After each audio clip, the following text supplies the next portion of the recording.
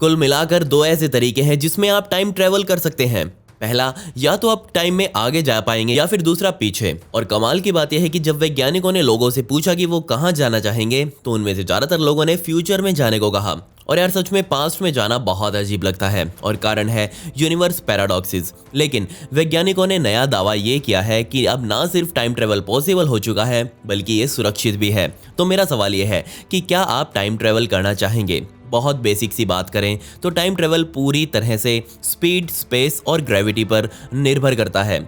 Example के लिए, एक बंदा यानी कि आप धरती पर खड़े हैं तो आपके लिए एक सेकंड अलग होगा बजाय उस आदमी के जो या तो लाइट की स्पीड से ट्रैवल कर रहा हो या फिर वो ब्लैक होल के काफी आसपास मौजूद हो। बेशक अभी तक हमारे पास ऐसी कोई टेक्नोलॉजी नहीं आ पाई है जिससे हम दोनों में से एक भी काम कर पाए। तो मैथमेटिक्स और साइंस की तरफ से हम देखें तो इससे हमें पता चलेगा कि टाइम असल में कैसे काम करता है। और यकीन मानिए, टाइम ट्रैवलर्स आपके सर के ऊपर घूम रहे हैं।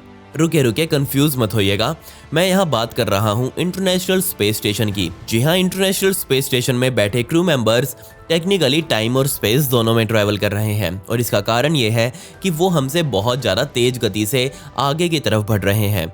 अगर कोई बंदा तेज चल रहा है तो उसके लिए टाइम बहुत धीरे पास होगा बजाय एक आदमी के जो या तो बहुत धीरे चल रहा हो या फिर खड़ा हो। और बिल्कुल इसी तरीके से पूरा यूनिवर्स काम करता है। इसलिए इंटरनेशनल स्पेस स्टेशन में मौजूद लोगों के लिए टाइम धरती की बजाय थोड़ा धीरे चलता है। बेशक ये इतना स्लो होता है कि हम उसे महसूस भी नहीं कर सकते। दो एस्ट्रोनॉट स्कॉट और माइक, ये दोनों ही नासा स्पेस एजेंसी के लिए काम करते थे। इसमें से स्कॉट ने 520 दिन धरती की ऑर्बिट में बिताए जबकि माइक ने सिर्फ 54 दिन स्पेस में बिताए। मैं आपको बताना भूल गया कि ये दोनों ट्विंस थे और दोनों के बीच जन्म का फर्क सिर्फ और सिर्फ 6 मिनट का था। लेकिन स्कॉट ने धरती के चारों ओर काफी तेज गति से और काफी सारे चक्कर लगा लिए। और इसी तरीके से स्कॉट जो कि 6 मिनट बड़ा था वो अब माइक से 5 मिलीसेकंड छोटा हो गया। मुझे लगता है कि आप अभी भी यहाँ समझ नहीं पा रहे, पर माइक अपने हर चक्कर के साथ 5 मिलीसेकंड्स बड़ा होता गया। बेशक ये कोई टाइम की बहुत बड़ी अमाउंट नहीं है, लेकिन ये चीज सोचने में ही कितनी मजेदार लगती है। लेकिन असल में इसे ही हम टाइम ट्रेवल कहते हैं, जिसे आप धरती की ऑर्बिट और धरती पर रहते हुए महसूस कर सकते हैं।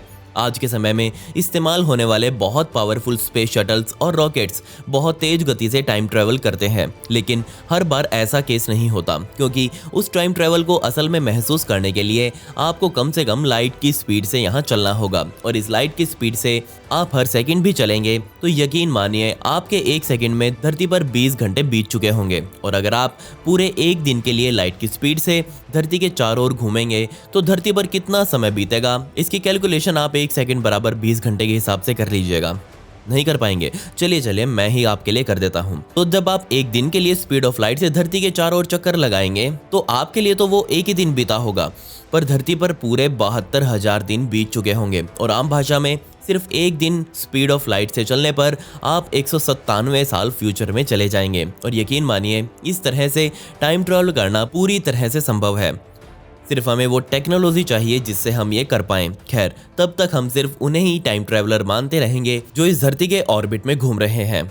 अब यहाँ से आपको ये तो समझ आ गया होगा कि समय में आगे जाना तो बहुत आसान काम है, लेकिन समय में पीछे जाना थोड़ी मुश्किलें पैदा कर देता है। तो रात के टाइम में एक बार आसमान को देखिए। हमें पता है कि धरती से जो भी हम सितारे वगैरह देखते हैं वो सभी इस धरती से बहुत दूर हैं। उनकी लाइट को भी यहाँ पहुँचने में बहुत लंबा समय लगता है, जिसका मतलब ये है कि आप किसी सितारे को देख रहे हो तो आप समय में बहुत पीछे देख रहे हो, और वो भी थोड़ा बहुत पीछे नहीं बल्कि हजारों लाखों साल। एग्जाम्पल के लिए नॉर्थ स्टार, जिसे हम पोलैरिस भी कहते हैं, जो कि अर्सा माइनर कॉन्स्टेलेशन में देखा जाता है। और एक अनुमान के हिसाब से सितारा इस धरती से तकरीबन 323 लाइट ईयर्स दूर है, जिसका मतलब यह है कि जब भी आप इस सितारे को देखते हैं तो ये सितारा आपको जिस जगह पर दिखाई देता है ये उस जगह पर 323 साल पहले मौजूद था। ये सितारा आज फट जाए तो ये हमें आज दिखाई नहीं देगा, बल्कि आज से 323 सालों बाद ये हमें फटता हुआ दिखाई देगा।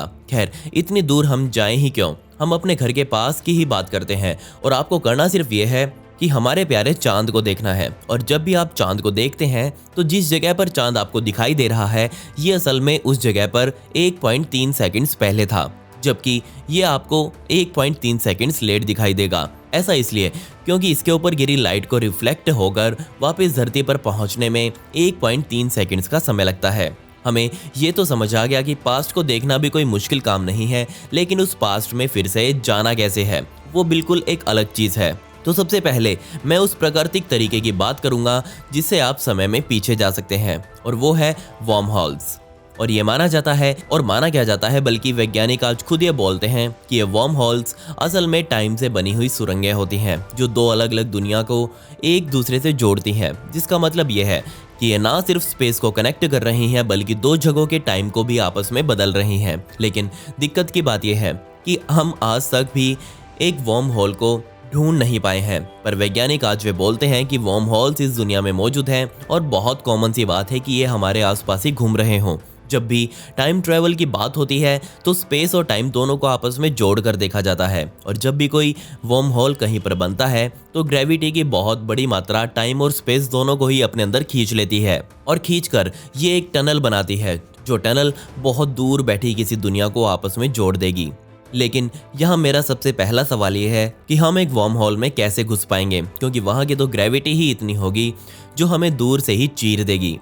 इसका जवाब अभी तक वैज्ञानिक ढूंढ नहीं पाए हैं, लेकिन मेरा मानना है कि ये टनल बस हमें अपने अंदर खींचकर किसी दूसरी दुनिया में ला फेंकेगी। लेकिन यही वर्म होल वाली यात्रा हमें बहुत सारी दिक्कतों में भी डाल सकती है, और ऐसी ही एक समस्या से हम बहुत लंबे समय से जूझते आ रहे हैं, जो कि है ये फोटो। और ये फोटो आपको यूट्यूब पर बहुत सारी वीडियोस की थंबनेल भी मिल जाएगी जिसमें लोग क्लेम करते हैं कि यह आदमी टाइम ट्रेवल करके आया था। खैर वो एक अलग बात है। दूसरी समस्या ये है कि हम अभी तक ये नहीं जान पाए कि वर्म होल से टाइम ट्रैवल करने के बाद हमारे साथ क्या होगा। लेकिन यहाँ एक अच्छी खबर ये है कि वैज्ञानिकों ने टाइम ट्रैवल करने के लिए कुछ सस्ते टिकाऊ जुगाड़ बना रखे हैं, और उन्हीं में से एक आइडिया है टिपलर सिलेंडर, जिसका नाम इसे बनाने वाले एस्ट्रोनॉट के नाम पर ही रखा गया था। तो बेसिकली ये एक इनफाइनाइट सिलेंडर है और इसके अंदर बहुत बड़ी बड़ी इंडेस्ट्रक्टिबल ट्यूब्स लगी हुई हैं, और इसके अंदर वो मैटर भरा गया है जिसकी डेंसिटी हमारे सूरज से भी 10 गुना ज़्यादा की है, जो कि सीधे तौर पर स्पेस में एक बहुत ही घना ब्लैक होल पैदा कर सकता है। और इस ब्लैक होल के घूमने की रफ्तार 1 मिनट में कई अरब राउंड्स की होगी, और वैज्ञानिक मानते हैं कि इस ब्लैक होल के सहारे वो एक छोटी स्पेसशिप को अंदर डालकर टाइम ट्रैवल करवाने की कोशिश करेंगे, और ये देखेंगे कि क्या वो शिप पास्ट में टाइम ट्रैवल कर सकती है। जिन वैज्ञानिकों ने मिलकर ये सिलेंडर बनाया, उन्होंने कहा कि ये सिलेंडर तभी काम करेगा जब इसकी लंबाई इन्फिनिटी के बराबर यानी कि अनंत होगी। बेशक इस सिलेंडर को बनाने में अभी बहुत लंबा टाइम लगने वाला है, लेकिन एक ना एक दिन ये जरूर पूरा हो जाएगा, जिसके सहारे पता लग पाएगा कि धरती पहले कैसी थी। लेकिन मुझे तो एक्साइटमेंट है उन लोगों की जिन लोगों को प्रैक्टिकल करने के लिए इसमें इस्तेमाल किया जाएगा। इसके अलावा एक और कमाल की टाइम ट्रैवल करने वाली theory Technion Israel Institute of Technology से निकलकर सामने आई, और इसमें काम करने वाले एक वैज्ञानिक ने एक ऐसी टाइम मशीन बनाने का दावा किया है जो सिर्फ स्पेस में ही काम कर पाएगी। उनका कहना है कि उनके आइडिया वाली मशीन धरती के बाहर के स्पेस को एक डोनेट की तरह समेट देगी, और इस डोनेट के बीच में किसी भी व्यक्ति को भेजकर मिनटों में ही पास्ट या फ्यूचर में जाया जा सकेगा। लेकिन बदकिस्मती से उस वैज्ञानिक ने अभी अपने इस आइडिया पर धक्के तो बहुत खा लिए, लेकिन उसकी सुनने वाला कोई नहीं है। इसके साथ ही उसे अभी तक ये भी समझ नहीं आया कि जो ग्रेविटेशनल फोर्स उसकी मशीन पैदा करेगी वो उस ग्रेविटेशनल फोर्स को संभालेगा कैसे। थ्योरेटिकल तो ये चीज़ पन्ने पर उतर गई, पर प्रैक्टिकली ये टेक्नोलॉजी अभी हमारे पास नहीं है। बाकी एक बात तो हमें पता लग गई कि अगर किसी आदमी को पास्ट में भेजना हो तो उसे ना सिर्फ ग्रेविटेशनल फोर्स बल्कि एक बहुत बड़ा वैक्यूम भी साथ में चाहिए होगा। इस सभी को संभालने के लिए एक बहुत बड़ा कंट्रोल पैनल भी इसमें लगेगा। इन सब समस्याओं के अलावा एक और समस्या है जिसे वैज्ञानिक बहुत लंबे समय से लड़ते आ रहे हैं, और वो है पैराडॉक्स। जब भी समय में पीछे जाने की बात होती है तो बहुत सी अजीब चीजें हमारे साथ होने लगती हैं, जैसे कि ग्रैंडफादर पैराडॉक्स। ये बिल्कुल वैसा है जैसे कि आप समय में पीछे गए और अपने ग्रैंडफादर का मर्डर कर दें, तो आप खुद भी कभी पैदा ही नहीं हो पाएंगे। अगर आपने ऐसा कर दिया तो फिर आप टाइम में पीछे जाने लायक ही नहीं बचेंगे। और फिर एक वही थ्योरी माइंड में चलती रहती है, और इसी तरह की कुछ थ्योरीज जिससे कुछ वैज्ञानिक मानने लगे हैं कि पास्ट में टाइम ट्रैवल करना लगभग नामुमकिन है, और अगर सच में किसी ने कर लिया तो हालात कुछ ऐसे होंगे कि धरती पर हमें कोई जिंदा देखने को नहीं मिलेगा। खैर, पिछली वीडियो का शाउट आउट मोनिंदर को and comment pick me to get a shout out in next video. आपको ये वीडियो कैसी लगी कमेंट्स में वो भी बता दें।